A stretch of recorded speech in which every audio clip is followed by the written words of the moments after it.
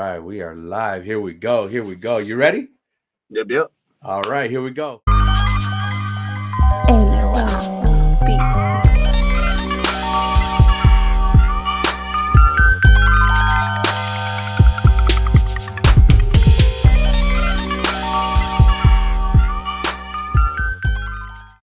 Yo, what up? This is the Beat Table with LOL, where we introduce the beat makers and producers and find out why they do what they do. And we are here introducing El Diablo Beats, Angelino Records. Hell yeah, El Diablo Beats. Finally, we had an interview. What was it like? Last week or something like that, and we had like a miscommunication. We're like, wait, hold on, what? And we're like, you know what? Let's just do it like this day. Yeah, I'm in the checkout at like Safeway when you sent me that note. Just like, oh shit, was that tonight? I was like, did I miss something? No, you're good. And then I went, because you know how me and you just do like the audio messages. So I had to go back and listen to every single audio and be like, oh shit. And I was like, okay, yeah, that was my bad. I should have like usually I do that. Usually I like connect with the people like a day in advance and be like, yo, like we're still good for tomorrow. You know what I'm saying? And I slipped up on that one. That was my bad, dude. Oh, My no, apologies. shit happens, man. We got life. Hell yeah. But man, El Diablo Beats, dude. Like I definitely checked out your resume, man, and you definitely got a amazing sound. You know what I'm saying? Thank you, brother. Thank you. Yeah, it definitely goes with your name. I'm like, man, establishes that like I mean I make every type of I make a different types of music for all different types of artists, but I like to hone in that like that darker, like ominous sound. You know, I use a lot of guitars, a lot of heavy guitars and stuff like that. I've been playing guitar for like 15, 20 years. So I use a lot of like heavy, like distorted bass, distorted guitars, things like that, just to give it that edge to kind of like make it that much more eerie, you know? Yeah. So you play the guitar yourself, like on a lot of your beats? Yeah, on damn near every one of them. It has like some sort of touch. If it's not like, even if it's just like just run the bass line, just because like, I mean, I can do like synths on the MPC and like stuff like that, which is cool, like, you know, for some songs, but like a lot of it just sounds better with just running the bass line through the guitar. And then almost every song has even if it's just like a little twang or like a little pitch from it to add to the sample. It's just, yeah, I try to add the guitar almost every time. Damn, that's dope. I think that's amazing. I just interviewed Theo from Houston, Texas, and he plays the trumpet on a lot of his stuff. And it's yeah, it sounds amazing, dude. I'm like, man, when people do live stuff like that, like on their shit, I think that's dope. That's definitely dope. Yeah, it's definitely, the trumpet's crazy. That's a whole nother level right there. So where do you reside? Where are you from? Where are you at? Right now I'm in Sacramento, California. I've been living here for quite a while, like over a decade, but I grew up in SoCal, like Antelope Valley, Lancaster area. Okay, nice. Hell yeah. Yep. Yeah, we're just talking about that. I was like, man, Lancaster. I've been to a couple parties over there. Yeah, it was cool. I mean, like I got all my start in loving music out there because there was nothing to do. We're in the middle of the desert. Yeah. I mean, so it's just hip hop and punk rock and, you know, shit like that. You know, there wasn't really like much else other than music out there. So it's like if you weren't involved with music, you were just like, you know, you weren't doing really shit, you know. So yeah, getting into trouble, huh? yeah, pretty much. I mean, shit, we were still getting into trouble with music, but I mean, we made it happen. I liked it though. I mean, it shapes you out there. It definitely. Once I got to Sacramento, I was a lot more grateful for just my surroundings, just having a different breath of fresh air and stuff. But I still like never forget where I come from. But like, I definitely like it up here a little more. It's a little different change of pace and. Yeah, definitely still fuck with Lancaster though. It's still a place that'll always have a place in my heart. Yeah, you still call it home, huh? You're like, yeah, Lancaster, straight up. So what was it like growing up? Like, because you said you bounced from there like around 16, right? So you got to enjoy some of your teenage hood right there. What was it like growing up right there? I mean, it was like I said, it had its roughs, but it was definitely had its positives too. Like, you know, a lot of like it's like a lot of crime, a lot of drugs, a lot of gangs, a lot of lot of crazy shit just going on in just a small little community. But the music scene was always popping. I started going to punk rock shows at like 12 years old. That's where I really got introduced to hip hop, was just like hanging out with these punk rock kids, and like they would show me different like artists like Jedi Mind Tricks and Vinnie Paz and Ill Bill, and like, you know, that era of hip hop. And like that's kind of like what got me into hip hop, was just going out to punk rock shows and meeting those artists. And then I was doing sound and doing audio, live audio, and just like helping like set up cables and stuff at a young age and shit like that. So I'd meet a lot of these rappers and meet a lot of these punk bands and metal bands that would come through and shit. And that's kind of what got me my start in the music. That's dope. Yeah, Jedi Mind Tricks is like, if I ever wanted to like be on some like do something crazy, I'll definitely do some Jedi Mind Tricks or some Vinnie Paz, you know what I'm saying? Like that they had a little roughness to it. Yeah, I got to be in the mood to listen to it nowadays. But when I was a kid, there was like nothing heavier, you know, like when, exactly. when I first heard like Immortal Technique and like heard like Vinnie Paz and like all these fools, I was just like, whoa, hip hop can sound like this. Like what the. Because I mean, like everybody had heard like the Dr. Dre's, the Eminems, and the, you know, that kind of shit that was popping during that, you know, early 2000s era. But like hearing that shit was just like, whoa, I have never heard hip hop like this. This is crazy, you know. And like getting into graffiti and like getting in shit like that, I started like, you know, hanging around more of like the boom bap heads and more of the people super into that kind of shit. And it just kind of like gradually developed into producing later in my life. So then you heard of A$AP Rock then? Oh yeah, huge fan of A$AP Rock, man. That dude was Low, Bazooka Tooth, you know, all those albums, the earlier albums were great. Even the new stuff he just put out was crazy too. With what's his name? Felice, I forgot his name, the guy who does the skateboard song. Lupe Lupe Fiasco. Yeah. Like Lupe Fiasco's whatever, but I mean the song was pretty cool. Like, I mean, like he's definitely still got it. A$AP Rock's on like he's like a scientific genius of hip hop. Yeah, he definitely opened some doors for me as far as listening. I was like, man, and his voice was insane, bro. I was like, this is dope.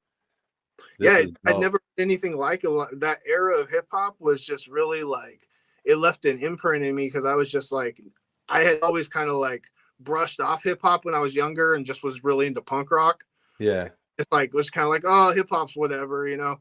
But then like 12, 13 years old, I'm starting to get shown like real hip hop. I was like, man, this shit's tight. Like, this is like, and I started understanding, like, as I got older, my mind's developing, I started realizing the similarities between hip hop and punk rock, and realizing how, like, you know, they're yelling the same message, but in a different pitch on a different BPM, you know, and it's all the same shit, you know. It's just people pissed off about the government, people pissed off about fucked up and the, you know, poverty, you know, oppression, you know, all these that were highlighted in hip hop heavily, you know, was highlighted in punk rock. And I started to seeing the similarities and just really just gradually started loving that more, like, because it makes it not so different from each other. Because there's a lot of my friends who were just super into the heavy punk rock shit, and then a lot of my friends who were just hip hop, but like very few people got the correlation that it's the same shit when we were that age. Yeah, that's dope, man. That's dope. So growing up with all that, did you have like a big family, a small family? Like what was it like? I grew up with my mom and my stepdad, and my stepdad came later in my life, like 8 years old. But before that, me and my mom, like honestly just kind of like living homeless, like anywhere we could when we were younger. Like until I was like 7, 8 years old. That's when like she met my stepdad. Things kind of changed. I have my little brother too, but I have a great relationship with my family now, but back then I didn't really have a great relationship with them. So I ended up like bouncing at a really young age, moving up to Sacramento with my with my uncle, and moved up here. And that was like really the only family I had out here was him, though. Yeah, it was cool though. Like I said, moving up here was probably the best thing I ever did for myself, though, because I was just getting into trouble and fucking off out there, you know. Yeah, it probably would have been worse, huh? If you would have just hung out. Like, I still got in trouble up here. I mean, I was still young, you know what I mean. But yeah, I'm 34 now, so I mean, I've been through my fair share of shit. But yeah, out there, I was just getting into trouble, just not going anywhere fast. Like the music shit was cool, but it was just like trying to like get discovered or like progress in music whatsoever, like in the desert, is rough. yeah, Just like in yeah. the middle of nowhere, you know, like unless you're going like into LA, like where it's you know, it's a little more popping, you know. It's just like in the desert was just rough, and it was just, I don't know. I'm just it was a lot more cracking when I got to Sacramento. Like being the capital, like everybody's coming through here, and it's just like LA where you're getting all the traffic. So over there in Sacramento, they have a thing called Flip a Beat Club. They have a beat club. Yeah, it's called Flip a Beat Club.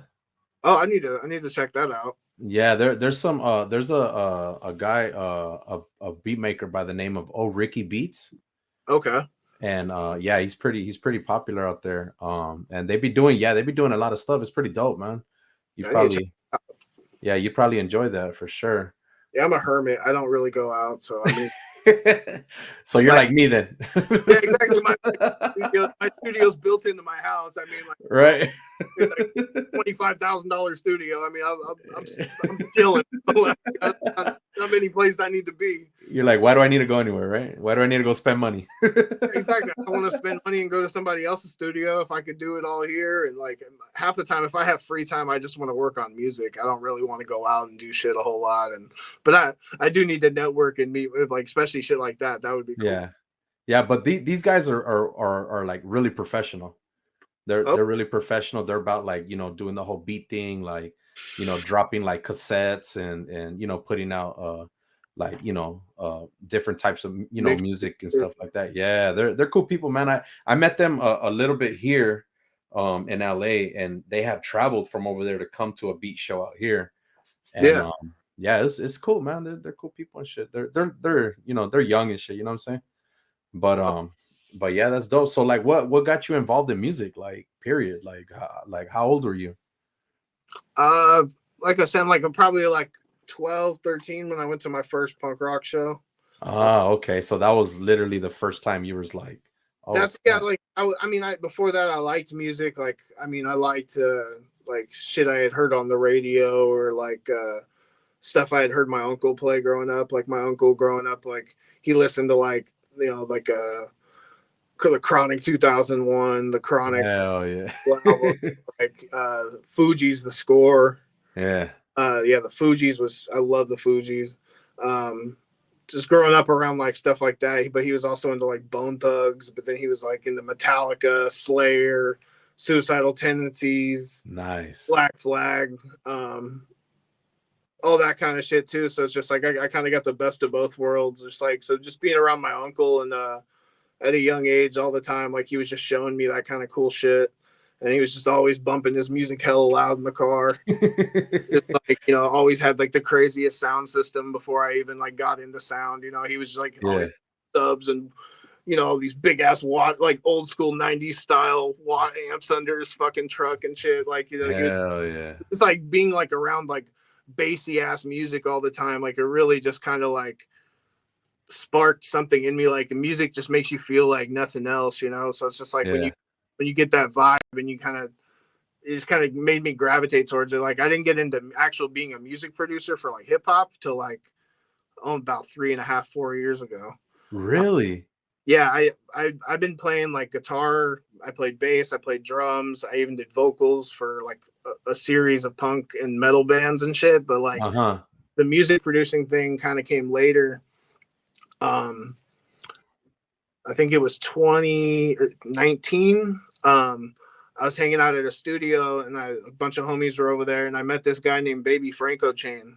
And he's a rapper out there in North Hollywood.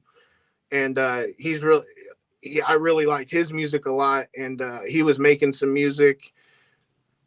I started kind of just like putting my little input on some of the studio stuff, and like and he just kind of looked around. He's just like, "Oh, are you a producer?"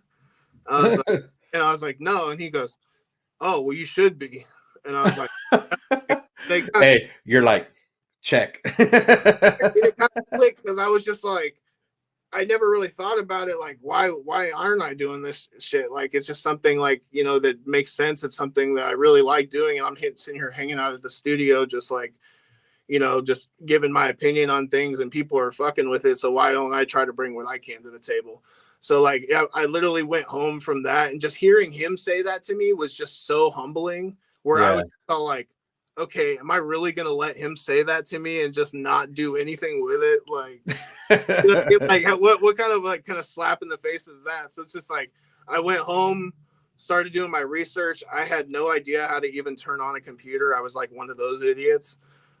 Just couldn't use computers or anything like that. So I'm trying to figure it out. I finally got my hands on a computer, a little copy of Cubase 5, a little hacked version. Dang. Started like running my guitar through it, started playing little guitar loops, running over breaks and shit.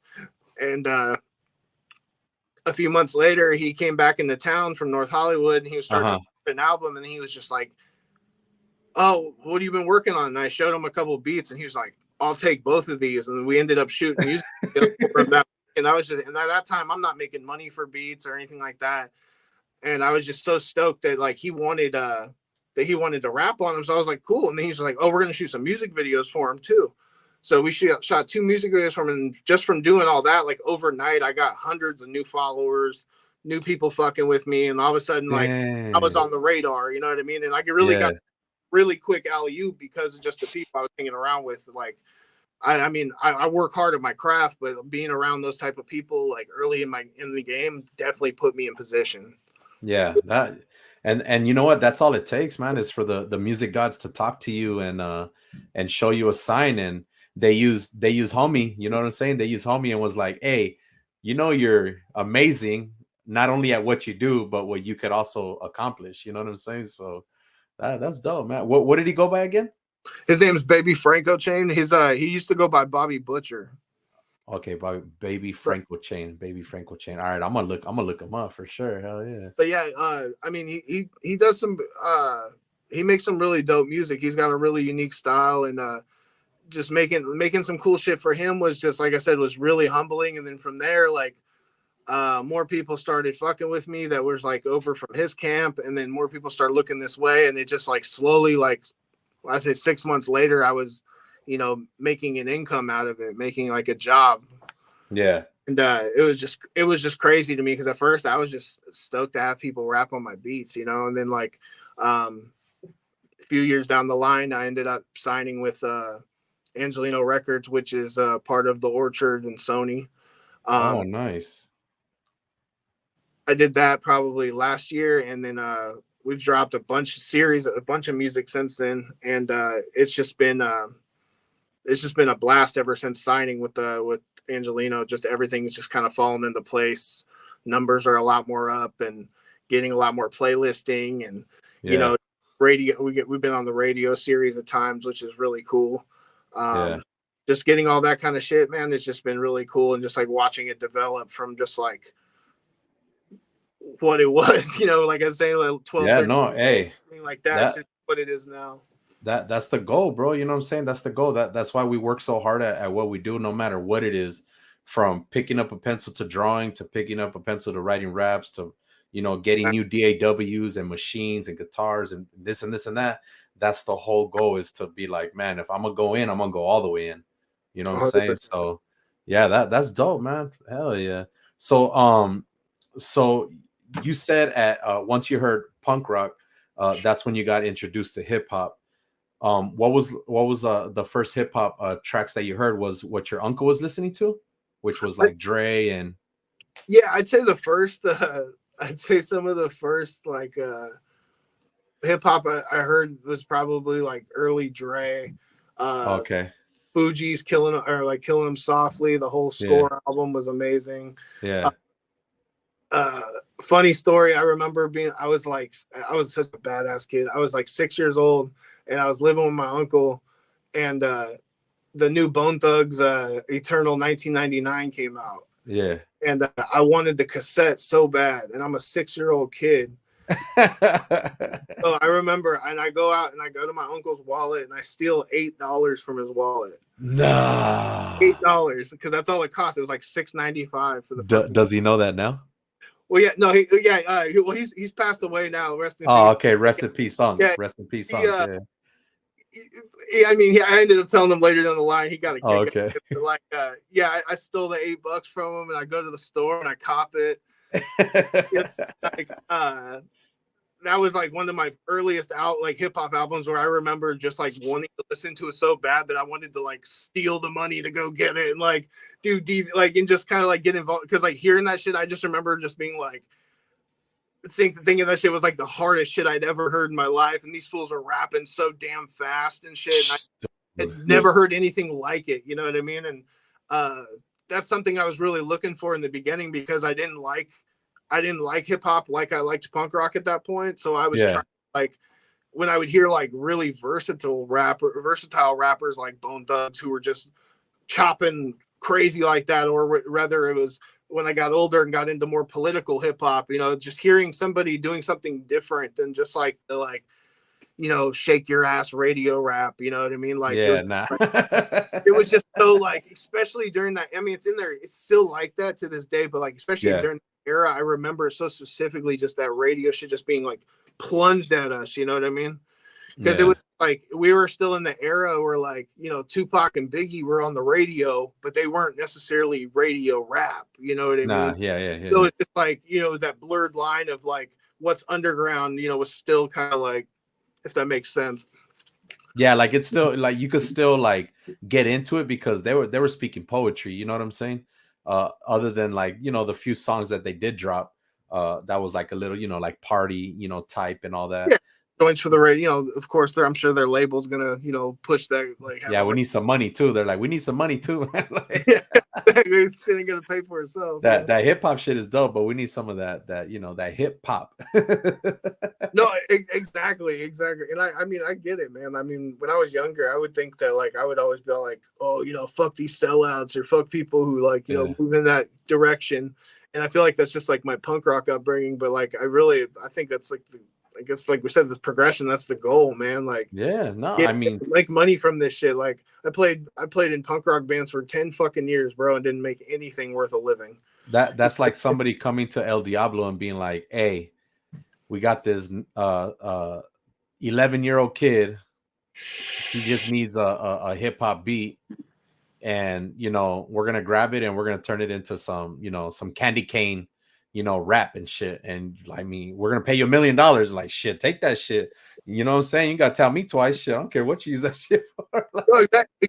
Like I said, I like to be known for the dark, ominous shit. Like if you want to come to me for like a specialty beat, but like still, like I make music for pop stars in Australia.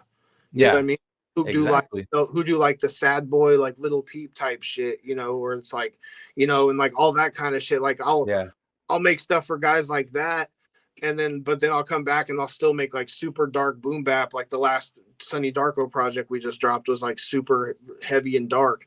I just, doing it all is really the goal too, just because like as much as I want to be known for the one style, I also don't like to be limited to just like thinking that's all, like I'm a one trick pony.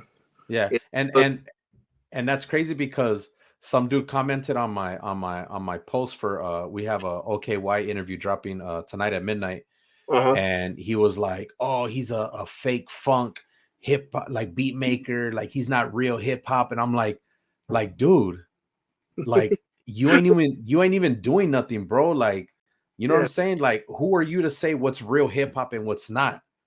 Like, isn't the goal of doing music to make something of yourself and to keep you out of trouble and to feed your family, or if it's just your kids, you know what I'm saying? Like, that's literally the goal. So like, who are you to say like, oh, that's fake hip hop, that you're not doing real hip hop, you're a phony, the internet's gonna expose you? Like, bro, I'm sitting here giving a platform to these producers that have a story to tell. Nobody's ever heard their story, only the people that they surround themselves with. You know what I'm saying? And it's like, who are you to say that this is fake or this is real? those hip hop gatekeepers, man, I swear, like, as much as I want to respect their message to some extent, they're always the brokest. They're they're always the people who are just like not like 35, ain't got shit going on type fools. You know what I mean? Like, who are living in the glory days of hip hop.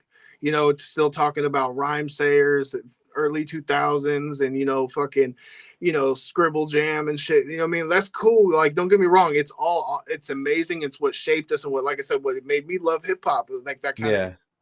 But the people who get so lost in it, it's another similarity with punk rock that I saw. I saw so many of my friends get old and want to play in these punk rock bands and just stay broke, and they were so complacent with being broke. Yep. They're like, I just love the music. I love the music so much. I'll play for nobody. I'll play for the other bands and their girlfriends every hell nah. And that's cool, man. Like, to some extent, but at some point you're gonna get to an age where your time's gonna become less available, and you gotta kind of figure out, if this is really where you want to spend it. You know, that's kind of like why I stepped away from punk rock for a long time. Is I started my tattoo apprenticeship. And then I started tattooing. This was like 11 years ago. And when I started tattooing, my mentor was just like, I need you to kind of like give up this fairy tale shit, of just like, and he's not wrong. Like, my favorite punk rock bands were broke too. Yeah. So like there was no going anywhere fast with it. And I was dedicating a lot of time to it. We were touring, we were bullshitting, and we were having fun, but it just was going nowhere fast. And so I stepped away from music to focus on tattooing for a while. And then full circle with it, I ended up getting really bad arthritis in my hands. So I stepped away from tattooing, and that's when I got back into music production. So it kind of went full swing with it. But yeah, it's just everything happens for a reason, I guess, right? No, it definitely does, dude. Like, I always wanted to start a podcast. I had this idea like a few years ago, and I finally tried to start it in the end of pandemic, which was in 2020. And everybody was like, hell no, we ain't trying to catch COVID. Like, we're not trying to go anywhere. And the only thing available that I found was Zoom, and the internet wasn't like strong enough to hold like an hour conversation on Zoom. It was just like, it kept glitching and all that. And I was just like, man, hell, I'm not gonna be able to have a comfortable conversation. You know what I'm saying? And then and I started it again. I've been making beats for a very long time, selling them and everything. And I was like, man, I kind of don't want to do that no more. I just want to like focus on like these new beat makers and producers that are coming out, and give them like a platform to like, introduce who they are and who they work with and what they do. And, so far so good, man. I'm talking to you, you know what I'm saying? Like, no, so honestly, I really love the idea of what you're doing, man. When Jordan River, shout out Jordan River Recordings, who tagged me on your page and was just like, hey, like, you guys should link or whatever, whoop-de-whoop. I was looking at just like the concept of what you're doing. I was like, this is cool. I don't really think I've seen anybody putting a spotlight on producers like this. Because it's something that's really overlooked in hip hop. It's very abused. And what I mean by that is just like, people don't understand like how much of the backbone is the beat. Like, man. Like something I love to tell people when they tell me my beats are too expensive is nobody's bobbing their head to your whack ass bars. They're bobbing their head to my beat. To those nice drums. It's just the reality.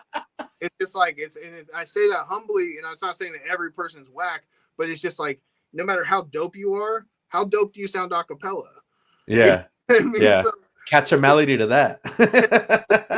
But just like, it's one of the most, so I feel like it's very abused in the sense of people are stealing shit off YouTube, a SoundClick or SoundCloud, and any of the shit that, people just are just taking from, or they're just like, taking a part from a beat they hear and just re-looping that, and just, so they don't get sued or anything. Yeah, it's just kind of like, I don't know, it's just it's ridiculous, like how much like people are like, I guess almost like sampling a sampled beat, like taking a hip hop beat and they're just like, oh, I like the beginning of it, but so I'm gonna change it up a little bit. Let me resample the sample. Resample the sample. That's in it. I think it was Prince who actually said that. Who said that years ago? Who was like, we're gonna reach an age where people are sampling the sample. Yeah. And he totally was right. I mean, look where we're Yeah. at. Like people are still looking to like, oh, like looking for a soul sample that's actually from some like Delphonics record, and they think it's actually from some hip hop record.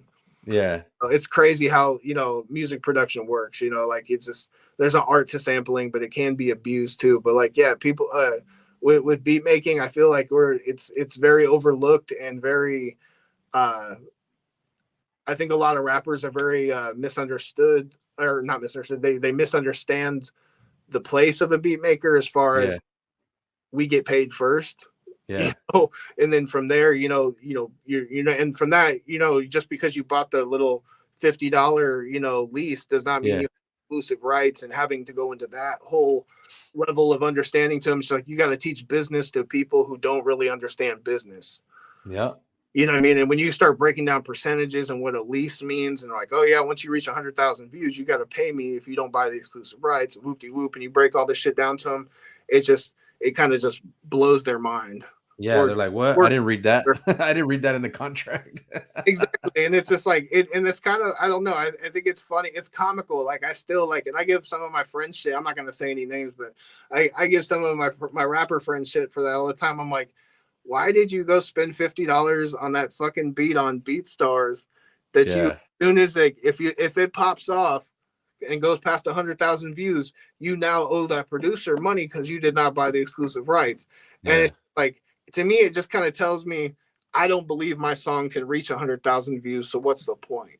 Yeah. Yeah. Yeah. Yeah. Yeah. And It's not gonna get there, huh? They're like, it's not gonna get there. that mentality is just completely a mentality I want to stay far away from. If Yeah. you put out every song you put out, you should feel like it's going to reach 1 million views. Or why the fuck do you put it out? Yeah. Exactly. You gotta have that confidence. Exactly. And if you're You know what just I'm putting saying? out fluff, you know, and you're just putting out filler and bullshit, like, I mean, what's the point? Like, Yeah. And that's exactly why I did this, because like I see a lot of beat YouTube channels, but they're like, all right, we have El Diablo Beats right here, and he's from, you know, Sacramento. Here's a record, make a beat. And that's it. It's like, make a beat. Your producer, make a beat.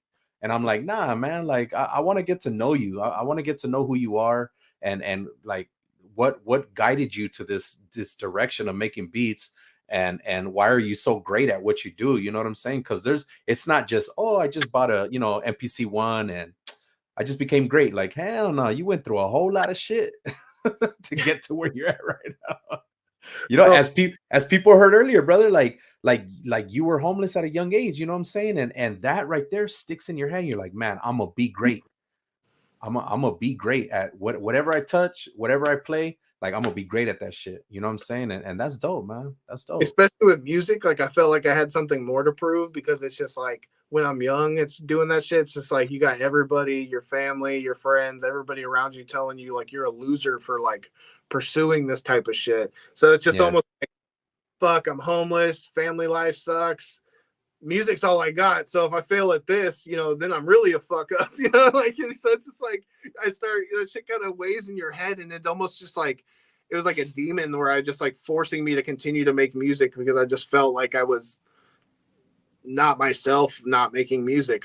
Yeah. I felt like I had to be the best I could be at it, or I just not do it at all. Like Yeah. that's why I stepped away when I did with tattooing, because it's just like, okay, well, if I'm gonna stop touring and putting my all into it, I'm not gonna treat this like some side bitch, you Yeah. know, like have Yeah. this as a hobby on the side where we play shows when every once in a while when all of our job schedules will line up. You know, it's Yeah. just, if I'm gonna go into it, I'm gonna play it just like I did with tattooing. I'm gonna go into it, and I'm gonna go into it fucking focused. Yeah.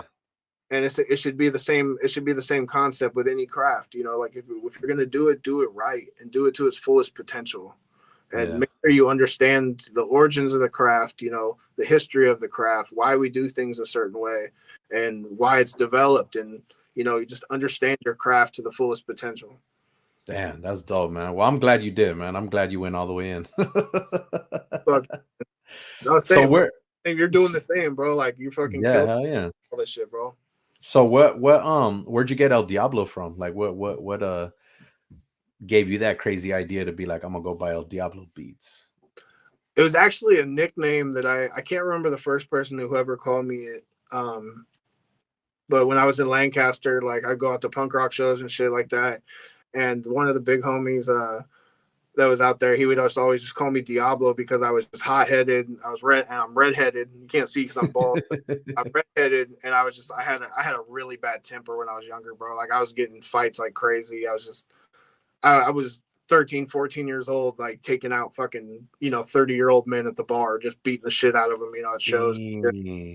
Just getting. I'm a big guy. I'm like 6'4", or I'm like 6'6", so like Holy I was a shit. big guy then too, but like I'm really big now. But like yeah, like I was just getting into shit at a young age, so like people just like, oh, that fool's Diablo. It just kind of like it was like a joke that kind of stuck for throughout the years, and then when I started doing the beat shit, I was talking to Franco, the dude who put me on, and he was trying to help me come up with a name, and I just popped that off one day. I was just like, El Diablo's Beats, and I like my concept was with it too was just like I like the idea of just like it being like the devil's beats, like almost Yeah.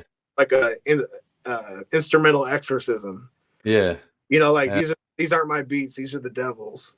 Yeah. But it just had a spooky ring to it, and I fucked with it, and then it just I just didn't look back with it. I didn't want to spend too much time focusing on changing the name or going crazy with it. I liked it. It was working.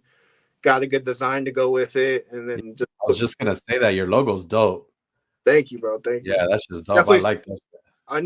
Give me an address. I'll send you some stuff, bro. Yeah. Me too. Like I'm gonna get your info too. That way I could send you a nice little package and shit. A little beat table shirt, and you know what I'm saying, like.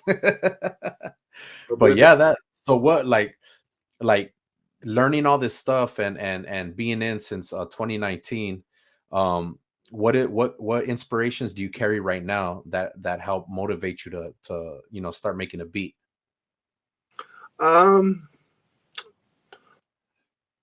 It's honestly depends on my mood. I mean, sometimes I try to go into it saying like, I want to, this is what's going to motivate me. I want to make this kind of beat, but it's just more of just like hearing the sample at that perfect pitch and just, just knowing, like hearing the drums coming together in your head.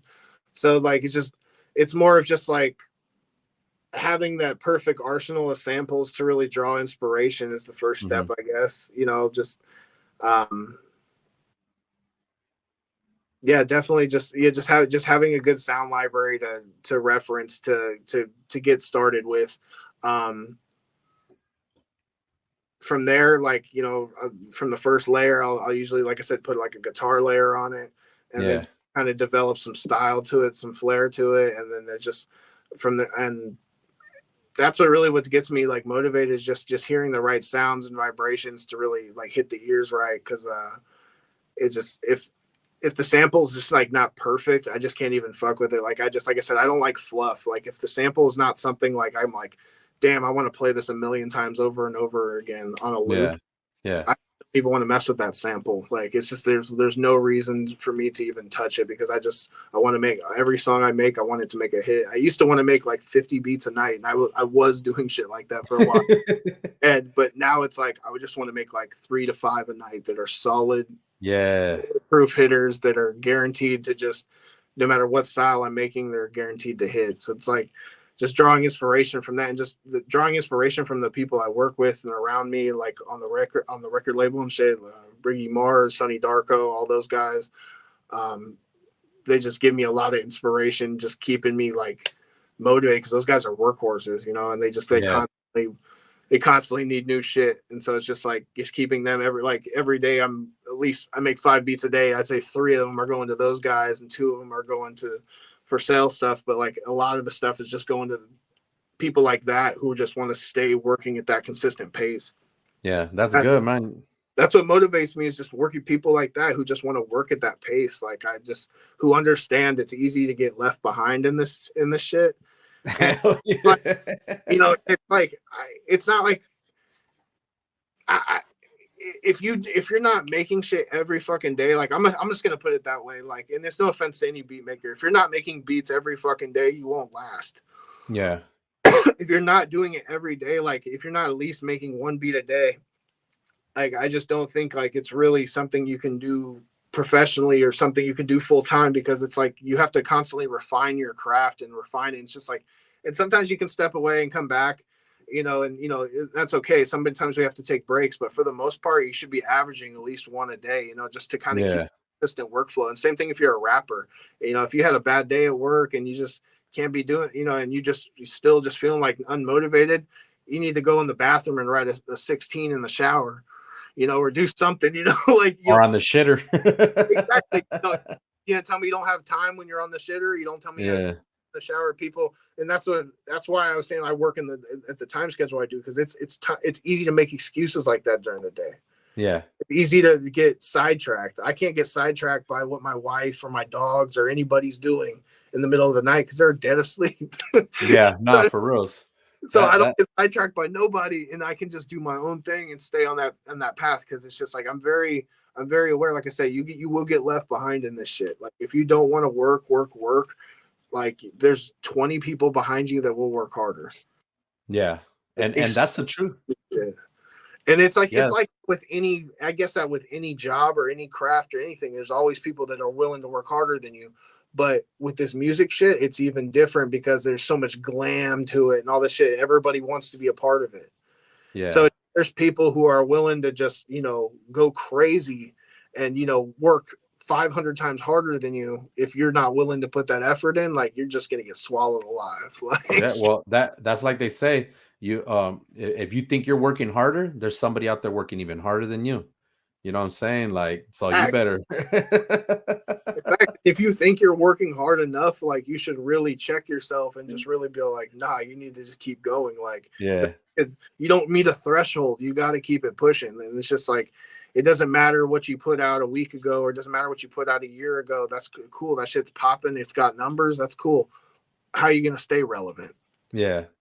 That's what separates the one-trick ponies and the one-hit wonders from the people who are going to do this for a lifetime. That's crazy. And people who really want to do this forever. You know what I mean? Like, I'm just scratching the surface in the beginning of this shit, but even as a young producer, my mentality is to stay completely that hungry, because it's just like, soon as you lose that hunger and you feel like you got it all figured out, you just kind of check out. Yeah. Yeah, like somebody told me, like, hey, don't be doing as many interviews as you're doing right now. You kind of need to like slow it down so you don't like over, and I'm like, man, I started this 3 weeks ago. I'm already on my 8th interview. Like, I'm going. I ain't looking back. You know what I'm saying? I literally have like 20 interviews this month. Keep it pushing. I mean, it'd be one thing, I guess, if you were like on like a no jumper level or something like that, where you had to like space it out for content or making it work or whatever. But like, I think it's great, man. The more producers you can find who want to get on a platform like this, that's amazing. Because they're going to just go tell more people, and their audience is going to hear about it, and that's just more people. They're going to come and just essentially make your show even bigger, man. That's what it's all about. I mean, people love to give criticisms about things they don't have shit to do about. I know. they're like they don't want to come over and like put in any sweat and help you figure out, figure out the computer complications before a podcast or any of this other kind of shit. But they got all the little, 1 or 2 liners on Instagram that just bust at you one time, Right. Like, man, stay in your lane.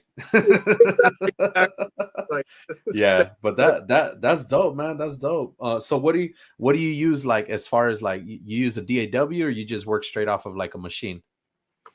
I play standalone once in a while if I'm not in the mood to like stare at a computer screen.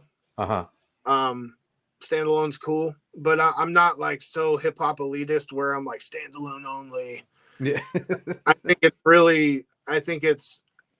think it's arrogant and kind of like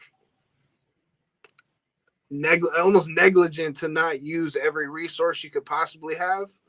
So if I could stare at the DAW and stare at the screen and have a little more control with both, because sometimes it's a little easier to just use the mouse to do a few clicks, or just, I mean there's some people who argue like, nah, if you know how to use the MPC, everything is easy and you can just do everything through the MPC. You don't have to use the DAW. But I'm still using the MPC software.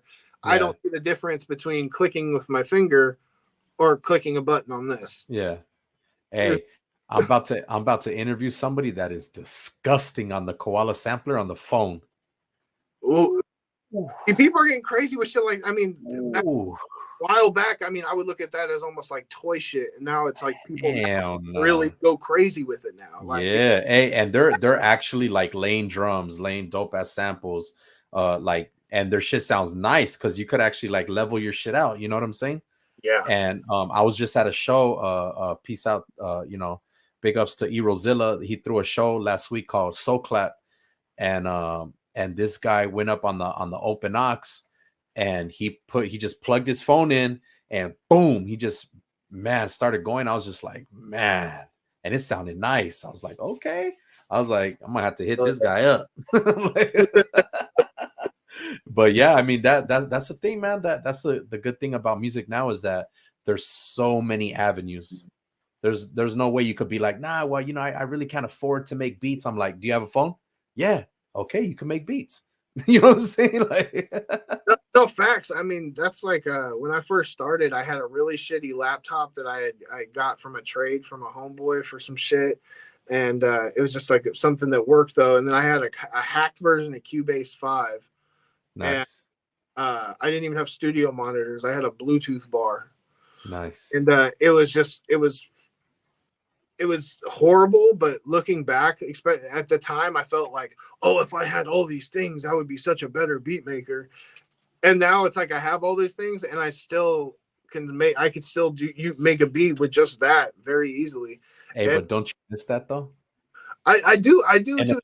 in a sense, don't you miss that hard work though? Like, Exactly. And it's I love having all these instruments and all these things around me and shit like that. But like, if you don't need a lot to get started with beat making, I mean, yeah, a little fucking Akai MPK costs like what, $120.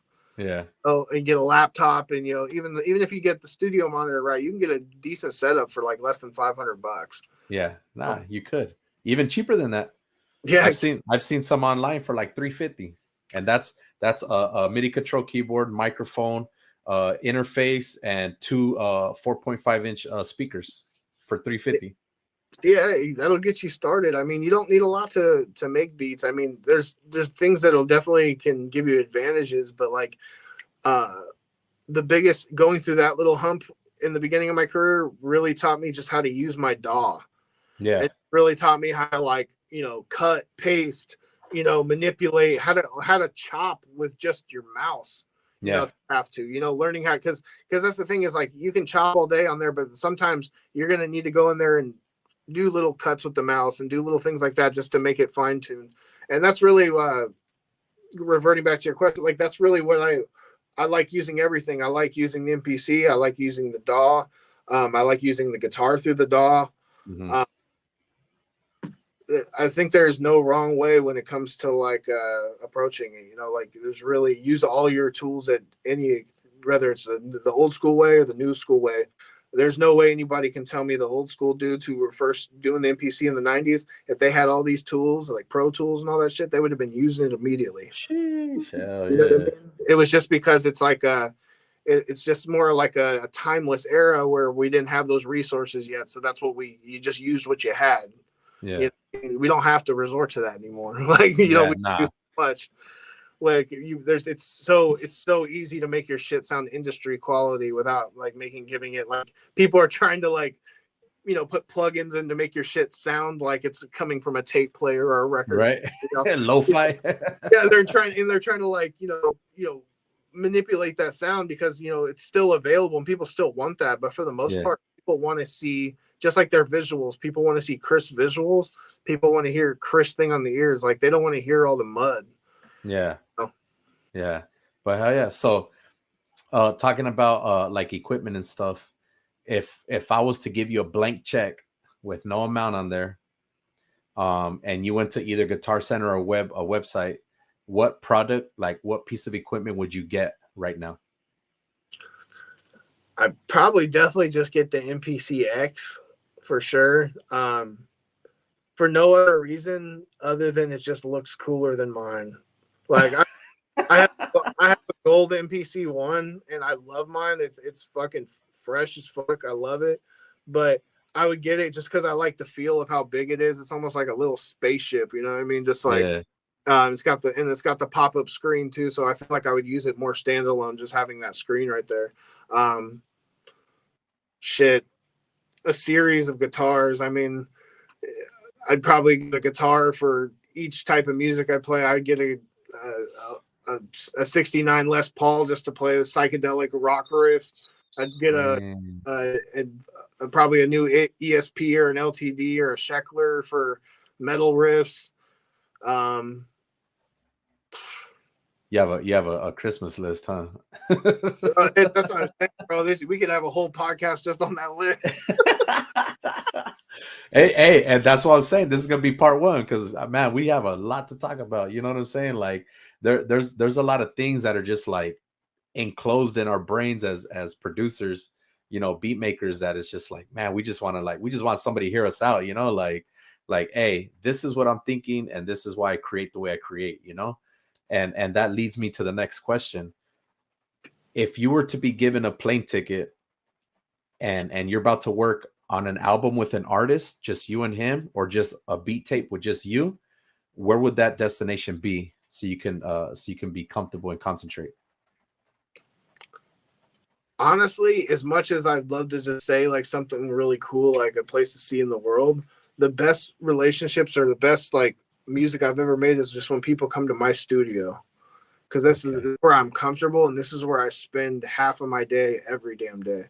So like it's just like when I'm out of my element on my laptop and shit, I just don't get the same swing in my wrist when I'm on the MPC, and I just don't get the same like, I don't know. I just like, I could still make it happen, but I just feel like it's more forced as opposed to it's more organic when I'm here and I'm just comfortable because I have everything at my disposal. I'm just a homebody like that. So it's just like, so it's like when people can come to me, that's really when I feel like I make the best music. But I mean, if I had to like, I mean, I'm sure like going to like some place in like some island or something like the Virgin Islands or some crazy shit, you know, like relaxing place like that where you see like Hit Boy out there making shit beats in the right. like, you know, like that's just cool, you know what I mean? Like but I mean, I guess I need to travel more to get on that vibe, because I just like when I make music the best, I'm like, I've always been like that as a kid too. Like I just want to be in my room, I want to close the door, I want to put my headphones on, and I just want to stay the fuck away from everybody, and I just kind of like want to make music. So it's just like, even how I have my studio set up, it's like almost like cubicled away from like the lounge area. It's just like I want to be, I don't like it. I don't want 20 people staring at me when I'm doing my shit. They're like, you know, I just and it's just like I kind of learned this when I was tattooing, like to kind of reference both the worlds. It's just like I was taught like very young in my apprenticeship, was just like, if you give away all your secrets, you know, like what do you really offer? You know, so it's just like there's a lot of people who come to the studio who are just looking to see like, what kind of buses does he use? Oh, what, you know, how's he compressing his drums? You know, how's this? You know, like, and it's not saying that I got the answer to everything, but it's just I'm the type of person who just, when I'm doing my test, I'm kind of covering my work, because I just don't want people looking at it. It's just like it's almost like I almost look at it like none of your business. That's what makes my product great, is that it sounds like this. So if everybody has a product that sounds like mine, which is kind of like why people have asked me, why don't I make sample packs? Because I like, for like guitars and shit like that, because it's hard for me to like part with shit that's mine.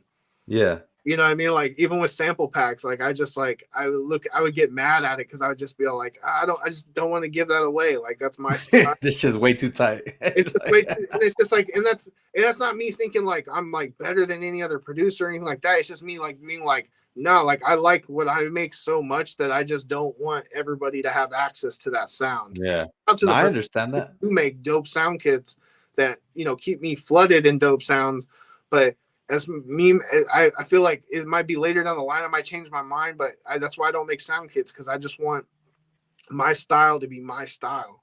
And I wanted to, when people hear it, like lately, like the last like 100 beats I've made, I've been using like a certain distortion on my guitar.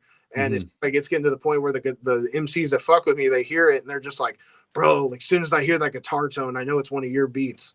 Or as soon as and that's what I want to hear. Like, you know, like, exactly. I want, like, you know, when you listen to your stamp. Yeah, like when you listen to bands like Metallica or something like that, you can just like hear the guitar tone and be like, that's a Metallica song. Or you Yeah. can hear a Nirvana a song and you like hear the guitar tone. You're like, that's a Nirvana song.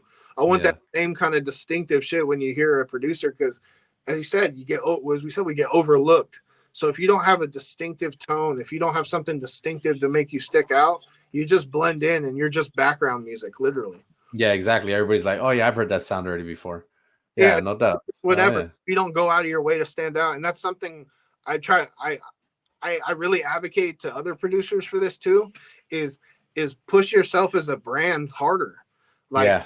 I have a distribution deal just as a music producer, and that's what I have, and I really recommend more producers getting distribution deals, because when you have access to shit like that, you can promote yourself just like as if you're a rapper.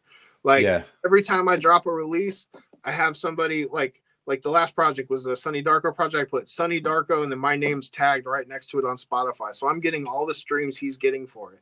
And it's a Yeah. way for producers to really account for all the music they put out there, because they don't understand they own 50% of the music. Yeah. So Yeah. if you own 50% of the music, then why not put your stamp on it? Why are you just going in the fine credits? Yeah, exactly. That, All the way at the bottom. exactly. Like you can like, pushing branding of yourself is a way to really get. That's why people like the Alchemist stick out, and people like Derringer and those fools, they stick out because they go out of their way to brand themselves. If you're gonna, or DJ Premier, if DJ Premier's on the song, you're not gonna tag DJ Premier. No, Yeah. they're put him on there because his stamp is just as heavy as any rappers, and that's the kind of like impact I want to have eventually. Is that kind of same thing? There's like, oh, El Diablo Beats. It's that same kind of shit. Like it's just like, okay, I know this track's gonna be fire because this producer put on it, as opposed to, oh, who's the producer? Let me scroll through Spotify. Oh, do they even credit the producer in this track? Like more often than that happens where you don't even find the producer, and you're just kind of like, damn, like that's did them dirty, like. Yeah, and then a lot of people try to say like, oh, well, I'm the one putting in that work and this and that. Like, well, yeah, but we put in that work too. You know what I'm saying? Like, We do they promote the song and all that. But I mean, whatever, dog. It don't matter. But as far as the beat maker, I mean, man, super important. You know what I'm saying? With everything, with all the work we put into that and everything. But yeah, man, that's dope, dude. I'm glad that you got all that going on. I'm super excited for you. I know we just met, but like I could already see like the persistence that you have, man. Like you're just like you hit the ground running 3 years ago. You know what I'm saying? Like, I haven't stopped, man. Like I just want to win with this shit, bro. Like we're not getting any younger. Yeah. If we're gonna do anything with this music shit, it's now. It's not gonna be when we're all got AARP cards.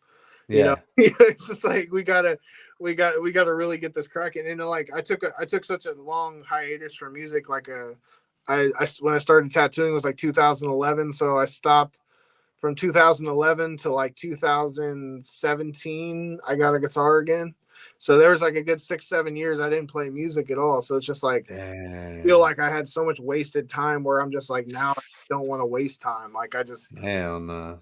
It's too many good things and blessings have happened in such a short time where I'm just like, man, if I could do all this in 3 years, I mean, imagine what it'll look like in 6. And that's dope. And that's how I just want to keep looking at it. Cause it's just That's like, dope. I don't want to ever feel like I'm running in place. Yeah, no, you don't, man. You don't. But for everybody watching this, what do you have to say to them? Shit, fucking say as far as that's a hard question. Say as what?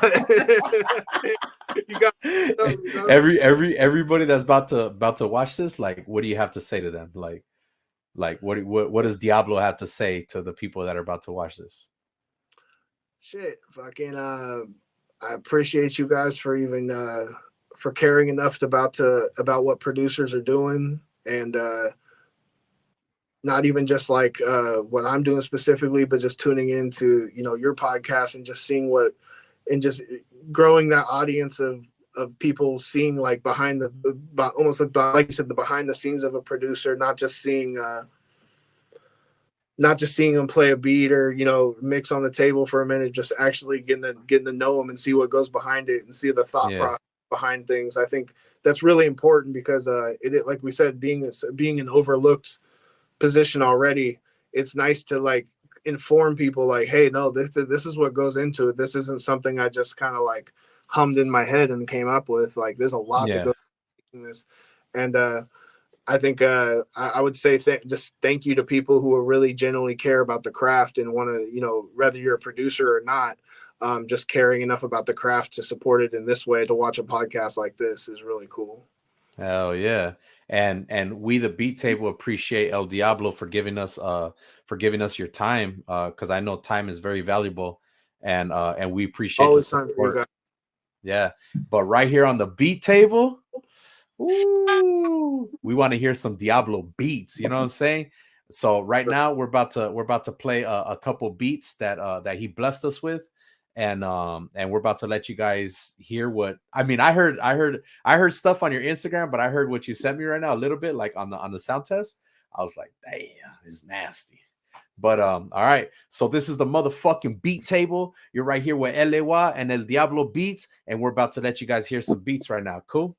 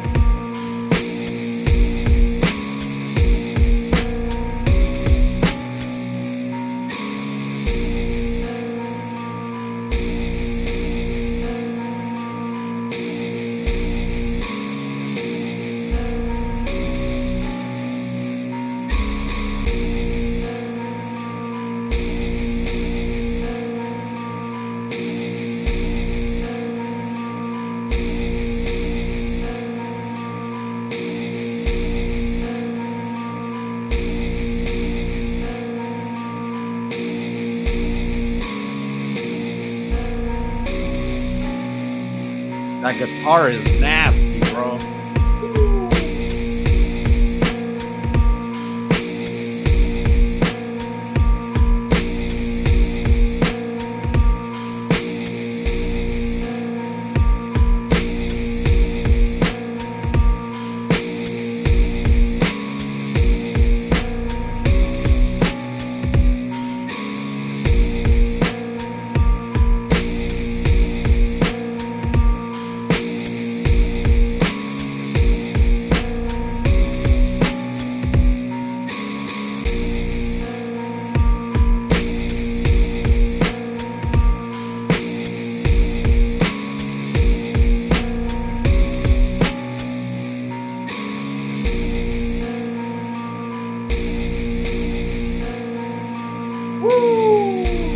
El Diablo Beats. Hell yeah.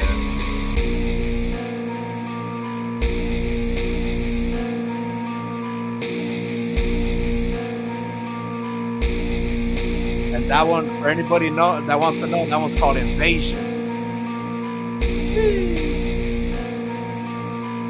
Let's move on to the next one right here. This one's called Frail.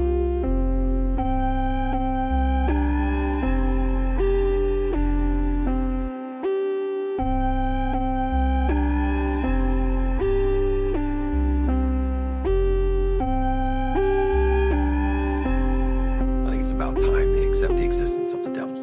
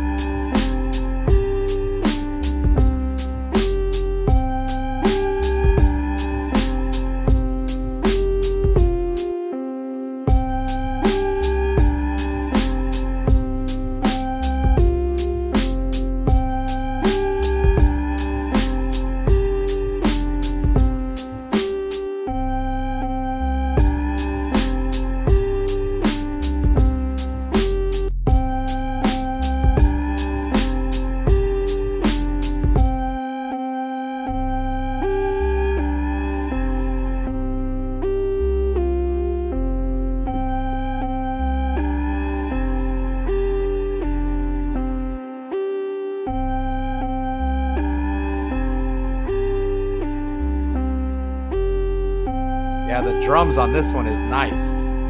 Thank Hell you.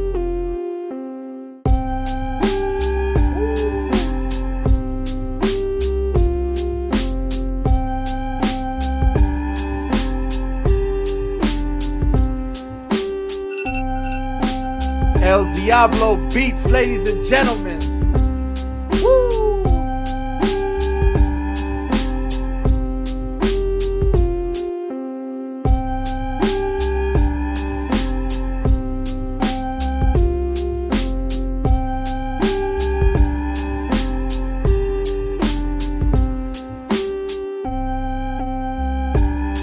Yo, man. Thank you, brother. Thank you. Hey, that frail one is nice. That frail one is nice. I like that sample at the beginning. That is Shout out to Fumes a Threat, man. He's got the craziest drum packs, man. Like his drums smack like he almost makes it too easy. You know, too easy, bro. He supplies me with some dope drums. So shout out Fumes though. He really comes through with the sample packs. hell yeah, hell yeah. Hey, well, shout out to El Diablo Beats. Again, I really appreciate your time, man, and it was a pleasure getting to know you. And like I said, this is part one because there's still a lot we got to talk about. You know what I'm saying? Like, couldn't squeeze that shit. Hell yeah, man. I'm excited to see the episode, bro. It's gonna be dope, bro. Hell yeah. So yo, this is the motherfucking beat table with Elewa, and we have El Diablo Beats. let's go. Peace. Ra, ra, ra, ra, ra, ra, ra.